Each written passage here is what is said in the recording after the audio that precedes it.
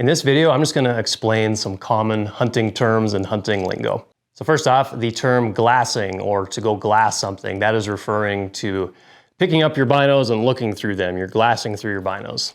Binoculars are often also referred to optics. Somebody might ask, oh, what optics do you have? And then you would respond like, oh, I have this type of binos or binoculars. If someone says 8 by 42s or 10 by 50 or 12 by 56, that is referring to the size of binoculars they have. So the most popular size of binos are the 10 by 42s, and that means 10 power by a 42 millimeter objective lens. The objective lens is the lens that's furthest away from your eye, and the bigger the objective lens, the more light gathering capabilities that binocular is going to have. So the next term is to nock an arrow, and that's not knocking on a door knock, that's nocking an arrow means to actually attach an arrow to your bowstring. So the next term is an archery release or an archery release aid.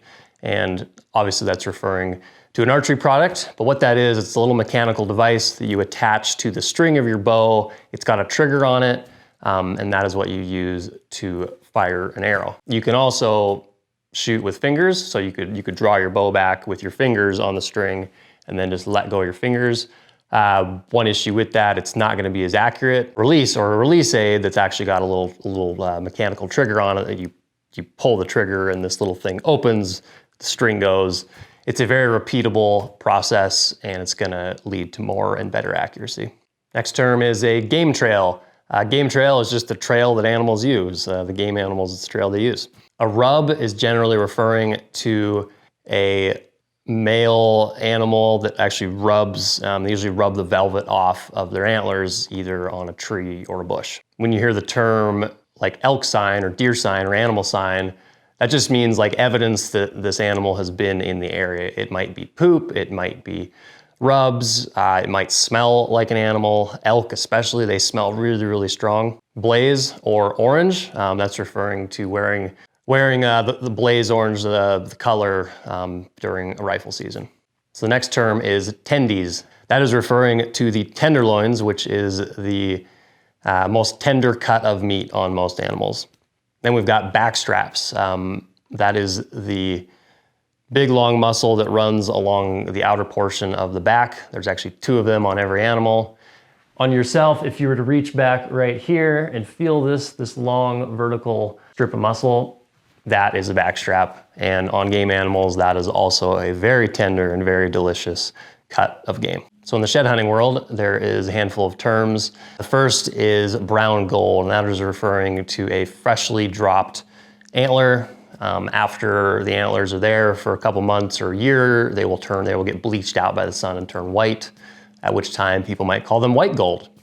Then we've got sheds, and that is just referring to a shed antler. All right, next up, horn versus antler. So a horn is something that grows continually through the life of an animal.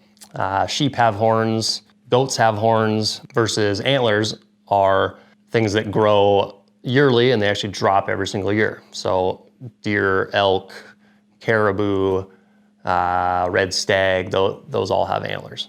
A wallow is a little swampy area that often a male animal will come to. They'll tear up the ground, they'll pee in it, they'll roll in it, they'll get covered in mud. Sometimes they'll just cool off from when they're hot during the rut. But if you find wallows, that's a good sign because there's often male animals around there somewhere. Next up, we have trail cameras. And so a trail cam is simply a sensor activated camera that you would put either on a game trail or in a feeding area, and as soon as an animal walks in front of the little sensor, the camera will take a picture or take a video clip. Trail cameras are really great for scouting. Be sure to check the legality on them if you do plan on using a trail camera, because certain states and areas have rules and restrictions on cameras. Next term is thermals. Thermals is referring to the wind direction. So typically in the morning before first light, if you're in a mountainous area, the wind will be blowing down the mountain. And then as soon as the sun comes up and it starts to warm up the prairie, the wind will switch directions and will start to blow up. And then later in the afternoon, it'll actually reverse that process. Thermals are very important for when you're playing the wind. And by playing the wind, I mean keeping the wind in your face so that you're always stalking animals with the wind in your face so that they cannot smell you. Spot and stalk is the next term, which often turns into spot and spook. Spot and stalk just refers to you spot an animal and then you go and stalk it. The spook part comes in on the failed stalking. The last term that I will cover in this video is vitals, and vitals are referring to the vital organs. Vital organs is where you want to put your crosshairs. It's where you want to aim your weapon when you're shooting an animal. When you put an arrow or a bullet into the vitals, it's going to be an extremely lethal hit.